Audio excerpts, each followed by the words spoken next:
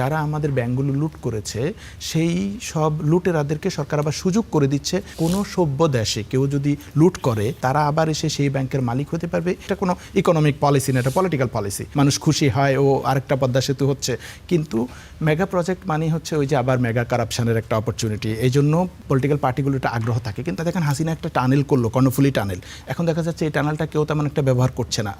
এটা একটা loss project হলো। এই যে মধ্যপ্রাচ্য যুদ্ধের কারণে তেল গ্যাস খাতে সরকারের অতিরিক্ত প্রায় 40,000 কোটি টাকা ব্যয় হয়েছে এবং বিশ্ববাজারে এই ধাক্কা এবং অভ্যন্তরীণ বকেয়া 50,000 কোটি টাকা মিলিয়ে যে বিশাল ঘাটতি, তার সামনে দেশের অর্থনীতি আগামী 2 বছরের মধ্যে ঘুরে দাঁড়াবে এমনটা অর্থমন্ত্রী আশা প্রকাশ করছেন। একজন অর্থনীতিবিদ হিসেবে আপনার গাণিতিক বিশ্লেষণ আসলে কি বলে? 2 বছর কি বাস্তবসম্মত? দেখেন, এখানে আমাদের অর্থনৈতিক অবস্থা যে ভঙ্গুর এবং বিগত ফেসিবাদী সরকার যে আমাদের ইনস্টিটিউশনগুলো ধ্বংস করে গেছে, আমাদের ফাইন্যান্সিয়াল ইনস্টিটিউশনগুলো অনেকগুলো ব্যাংক দেউলিয়ার পথে চলে গেছে, আমাদের হাজার হাজার কোটি টাকা পাচার হয়েছে, লুটপাট হয়েছে, এটা তো আর অস্বীকার করবার জন্য, এটা সত্য কথাই।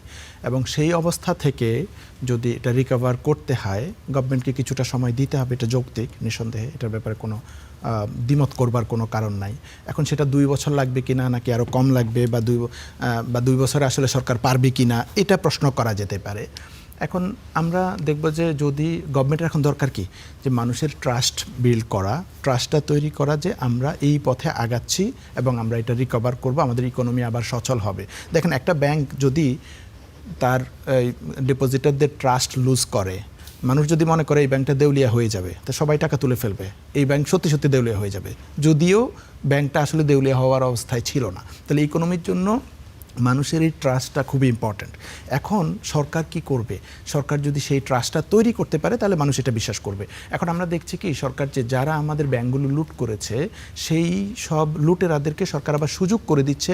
ব্যাংক রেজুলেশন অধ্যাদেশটা বাতিল করে দিয়ে যে পুরনো শেয়ার হোল্ডাররা আবার এইসব ব্যাংকের মালিক হতে পারবে। কোনো সভ্য দেশে কেউ যদি লুট করে অথবা ঋণ খেলাপি হয়, তারা আবার এসে সেই ব্যাংকের মালিক হতে পারবে।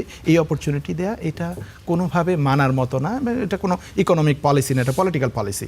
আবার ধরেন দুদক, আপনি আমাদের জুলাই সনদ বা সংস্কার প্রস্তাবনায় যেসব আলাপ আলোচনা হয়েছে, দুদককে বা এ ধরনের সাংবিধানিক প্রতিষ্ঠানগুলোকে স্বায়ত্ত শাসন দেয়া এবং নির্বিঘ্নে কাজ করতে দেয়া একটা চেক অ্যান্ড ব্যালেন্সের জন্য ইম্পর্ট্যান্ট।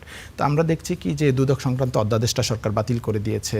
আমরা দেখছি বিচার বিভাগের স্বাধীনতা, এটা কিন্তু লিঙ্কড, কারণ মানুষ যদি কোথাও বিচার না পায় বা অর্থনৈতিক লুটপাট হয়, কেলেঙ্কারি হয়, কোথায় যাবে? বিচার বিভাগের কাছে।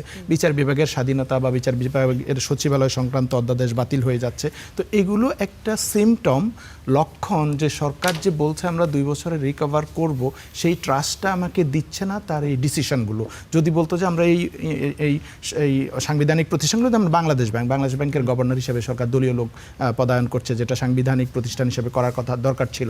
তো এই যে লক্ষণগুলো, এটা আমাকে ওই ট্রাস্টটা দিচ্ছে না যে সরকার পারবে। সরকারকে 2 বছর দিতে আমার কোনো আপত্তি নেই, 2 বছর যদি লাগে, দরকার হলে লাগবে।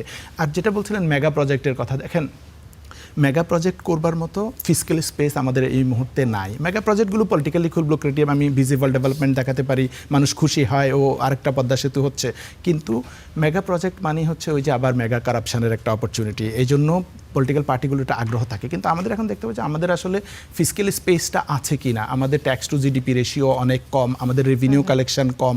আমার যদি এখন একটা মেগা প্রজেক্ট করতে হয় তাহলে আমাকে লোন নিতে হবে। যদি আমি ইন্টারনাল সোর্স থেকে লোন নিই তাহলে ইনভেস্টররা লোন পাবে না, এখানে প্রাইভেট ইনভেস্টমেন্ট ক্রাউডিং আউট হয়ে আমার গ্রোথ কমে যাবে, আনএমপ্লয়মেন্ট বাড়তে পারে।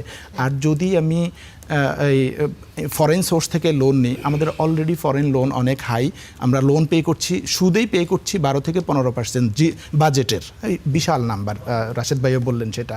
তো এইটার জন্য আমি মনে করি না আমাদের এখন এই ফিসক্যাল স্পেসটা আছে যে কোনো মেগা প্রজেক্ট নেব। আরেকটা জিনিস কি, মেগা প্রজেক্ট এখন মেগা প্রজেক্টে যাচ্ছে, এটা আমার দরকার কি, আমি যখন একটা মেগা প্রজেক্ট নিব, পরিশোধ নাকি উন্নয়নমূলক কর্মকাণ্ড, এই দুটোর মধ্যে যদি বেছে নেওয়া হয় তাহলে কোনটি সরকারের দিকে যাওয়া উচিত? আমি এটার সাথে একমত যে আমার উন্নয়ন কার্যক্রম করতে হবে, কিন্তু অ্যাট দ্য সেম টাইম আমার ফিজিবিলিটি টেস্ট করতে হবে যে এই প্রজেক্ট আমার দরকার আছে কিনা। দেখেন হাসিনা একটা টানেল করলো, কর্ণফুলী টানেল, এখন দেখা যাচ্ছে এই টানেলটা কেউ তেমন একটা ব্যবহার করছে না, এটা একটা লস প্রজেক্ট হলো। ইভেন এটার যে রেভিনিউ আসছে এটা দিয়ে মেইনটেনেন্স কস্টে হচ্ছে না, থাকতো এটা থেকে প্রফিট আসবে। তো আমি যদি এখন একটা এরকম মেগা প্রজেক্ট নিলাম, ভিন্ন ভিন্ন মত আসছে, রাইট, তো আমার তাহলে এটা নিয়ে আগে এনাফ ফিজিবিলিটি টেস্ট করতে হবে যে এটা থেকে আদৌ এটা আমার দরকার আছে কিনা, এবং এটা করতে গিয়ে আমার যে অপরচুনিটি কষ্ট, আমি যে আরও কিছু করতে পারবো না, ধরুন আমার হেলথ এডুকেশনে ইনভেস্ট করতে হবে, আমি যদি একটা মেগা প্রজেক্ট নিই তাহলে ডেফিনেটলি এগুলো কিছুটা ক্ষতিগ্রস্ত হবে, সোশ্যাল প্রোটেকশন, হেলথ এডুকেশন। তো আমার যে অপরচুনিটি কস্ট, এই অপরচুনিটি কস্টটা ওটা কম্পেনসেট করবে কিনা এই ফিজিবিলিটি টেস্টটা করতে হবে। আদারওয়াইজ আমি মনে করি না সরকারের উচিত কোনো ধরনের মেগা প্রজেক্টে এই মুহূর্তে যাওয়া, যেহেতু আমাদের ফিজিক্যাল স্পেসটা খুবই ছোট এই মুহূর্তে। জি, ধন্যবাদ।